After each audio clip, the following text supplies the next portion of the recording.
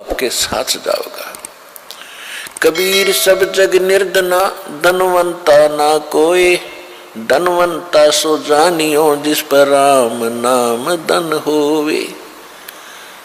कि सारा संसार निर्धन है, जिसके पास सत्य भक्ति जो राम का नाम का धन है, यानी सच्चे मंत्रों की कमाई जो है राम नाम का धन होता है,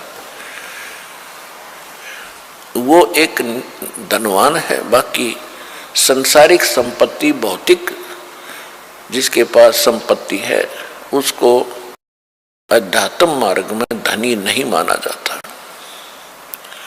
फिर क्या बताते हैं कबीर, राम रटत निर्धन भलो और टूटी घर की छान है, वो सुंदर महल किस काम के जहां भक्ति नहीं भगवान।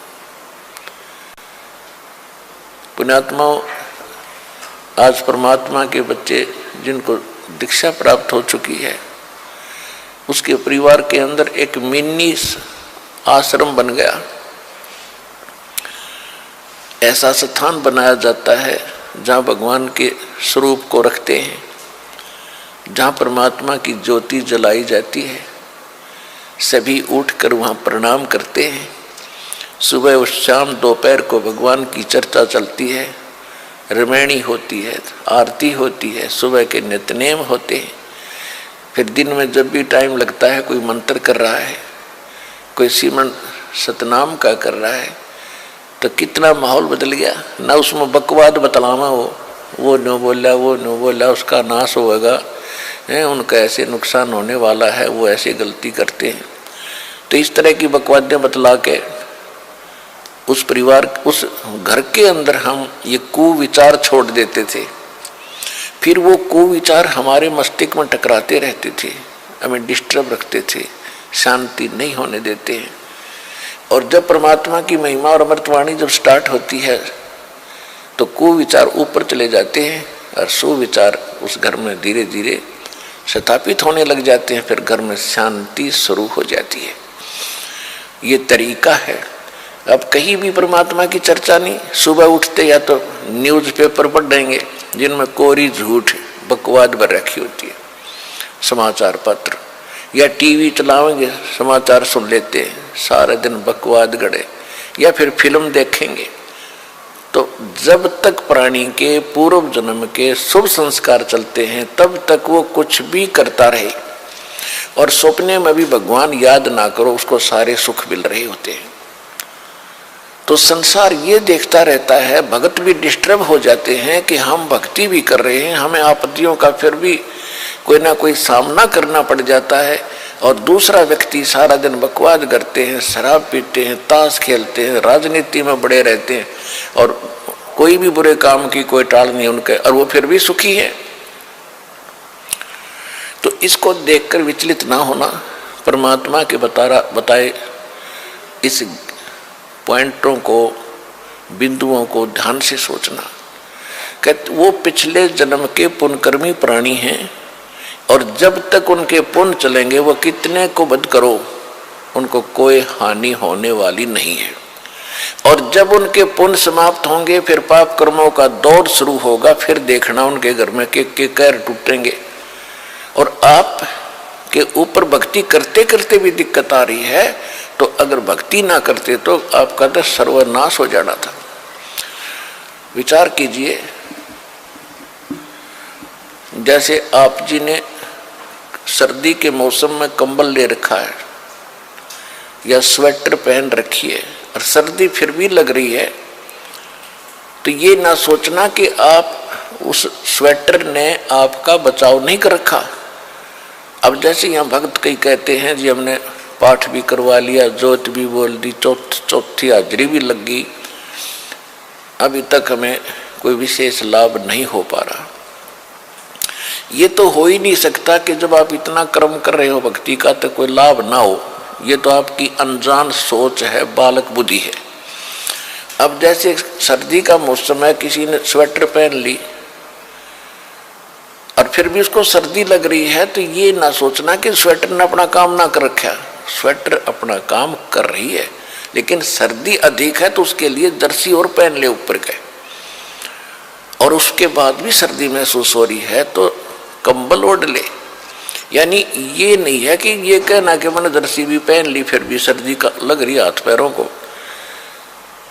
तो ये तो अनजान व्यक्ति कहेगा जिसने इस प्रोसेस का पता नहीं, भगवान के मार्ग का ज्ञान नहीं। तो जो आप पुण्य कर रहे हो और विधिवत कर रहे हो, पूरा यानी पूरी विधि यहाँ पर प्राप्त है। गुरु जी के बिना दान करना व्यर्थ है। आप जी को सतगुरु मिले, आप जी को विधि मिली है, आपको पूर्ण परमात्मा मिला है, पूर्ण परमात्मा का मार्ग मिला, सत भक्ति मिली है, और फिर आप साधनाएं सही कर रहे हो, तो आप ये ना सोचना कि आपको लाभ नहीं हो रहा, आपके पाप कर्मों की सर्दी घनी है, और ये करते करते भी कहीं ना कहीं से थोड़ी बहुत ठंड महसूस हो रही है। यदि ये ना कर रहे होते तो नमूनिया होकर मर जाते, ये समझ लेना।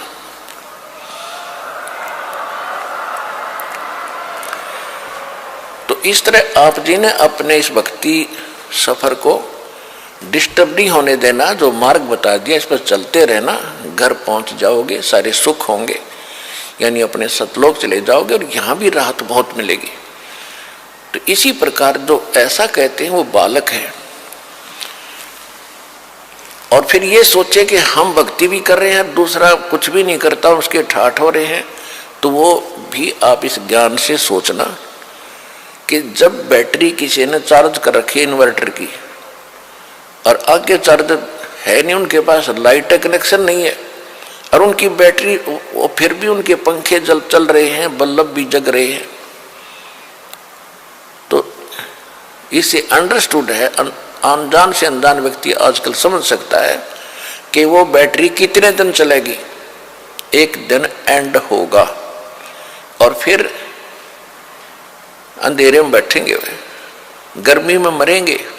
इसी प्रकार जब तक पुण्य कर्मों की बैटरी चार्ज है पूर्व जन्म की, तब तक वो आपको सुखी दिखाई देते हैं, चाहे कितने खोटे खोदो, और आप अच्छे भी कर रहे हो और फिर भी महसूस करते हो हम दुखी। आप दुखी नहीं हो, आपके ऊपर तो ना जाने के कहर टूटना था, भगवान ने आपकी रक्षा कर रखी है।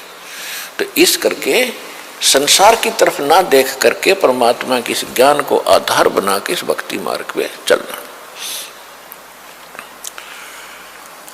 राम रटत कोढ़ी भलो, चू चू पड़े जो चाम, ये सुंदर शरीर किस काम का, जा मुख नाही नाम। कहते हैं चाहे कितना बीमार व्यक्ति हो, रोगी हो, कोट भी लगा हो, यदि वो भक्ति करता है, सत्य भक्ति करता है, तो उसका रोग भी ठीक होगा, उसको मोक्ष भी मिलेगा। और जो सुंदर शरीर है, सारा दिन इसे के अपने देख रेख में इसी के गर्व करते हैं और भक्ति करते नहीं, कहते वो सुंदर शरीर किस काम का, जा मुख नाही नाम। फिर कहते राम रटत कन्या भली, और साकट भलो न पूत, बकरी के गल में गलथड़ा, जिसमें दूध न मूत। क्योंकि हमारे समाज में पुत्र को ज्यादा महत्व दिया जाता रहा है बिना ज्ञान के। वैसे पुत्र और पुत्री में हमें कोई भेद नहीं होना चाहिए, सब परमात्मा की आत्माएं हैं, अपने अपने संस्कार सब साथ लेकर आते हैं। फिर भी उस समय जो परमात्मा ये ज्ञान दिया करते थे कबीर भगवान, तो उस समय क्या कहा करते कि बेटी सत्संग में नहीं जाएगी, बेटे बेशक चले जाओ। लेकिन रिवाज तो थी नहीं भक्ति की, वैसे को दुख में वैसे कोई साधु संत के पास चले जाते थे झाड़ा धूड़ा लुवाने के लिए। फिर भी परमात्मा याद दिलाते हैं कि राम रटत कन्या भली, भक्ति अगर बेटी कर रही है, उस बेटे से 100 गुना अच्छी है जो भक्ति नहीं करता। वो बेटा कैसा है, जैसे बकरी के गल में एक थन जैसी खाल लटका करे, थन जैसी। तो परमात्मा कहते हैं वो तो व्यर्थ का बोझ है उसके गल में बकरी के, वो किससे काम की कोई नहीं वो खाल, ना दूध ना मूत, यानी किससे काम नहीं आती वह। इसी प्रकार वो बच्चा जो भक्ति नहीं करता वो माता पिता के गल में गलथना है, और वो कन्या जो भक्ति करती है माँ के, वो बेटा तो माता पिता पर भार बनेगा कोई से को, क्योंकि जो भक्ति नहीं करता उस पर आपदाएं आएंगी, आपत्ति आएंगी, तो माँ बाप साथ दुखी होते हैं, जब पुत्र दुखी होता है तो वो डिस्टरबेंस करेगा आपकी भक्ति में भी और दुखी भी रहेगा, दुखी रखेगा। और जो बेटी भक्ति करती है उसके साथ भगवान होगा, उसके संस्कार में कोई पाप कर्म का दंड भी आवेगा, उसने भी भगवान रक्षा करेगा।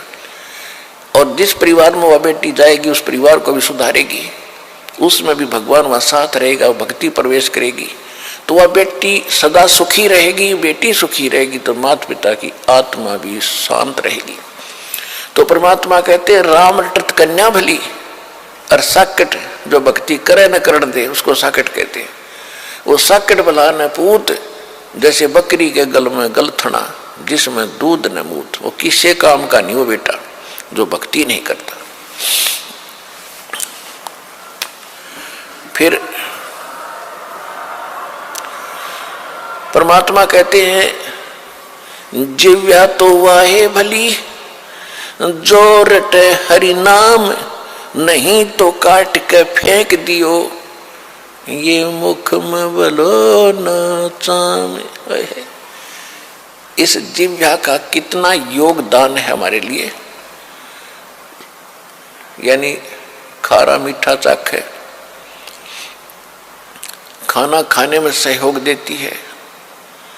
तो परमात्मा कहते हैं यदि इस जुबान से, इस जिह्वा से परमात्मा का नाम और परमात्मा की महिमा नहीं बोली जाती तो इससे अच्छा तो इसने निकाल कर काट कर फेंक दे वो बढ़िया, क्योंकि मुख को सबसे पवित्र अंग माना जाता है। और ऐसे पवित्र अंग में कहते इस चाम की कति जरूरत नहीं जीभ की। अपने आत्माओं ये सोच लेना परमात्मा क्या संकेत कर रहे हैं कि मनुष्य जीवन कितना कीमती है और इसमें भगवान की भक्ति कितनी आवश्यक है। यदि भक्ति नहीं करता तो इस जुबान से कोई तगड़ा है, ताकतवर है, गरीब को कोई ऐसा वचन कुवचन बोल देगा उसकी आत्मा रोती रहेगी, क्योंकि उसका संघर्ष तो कर नहीं सकता, ताकतवर है तो उसकी आत्मा दुखा दी, उस जीव रूपी तलवार ने उसका अटैक कर दिया, या किसी की निंदा करके लड़ाई करवाओगा, या किसी की गलत गवाही देकर पाप का भागी बनेगा। तो कहते इससे अच्छा तो भगवान या जीव कट जा जो भक्ति नहीं करते, तो भी कुछ पाप से बचे रहेंगे। तो इससे समझना भगवान हमें क्या संदेश देना चाहते हैं।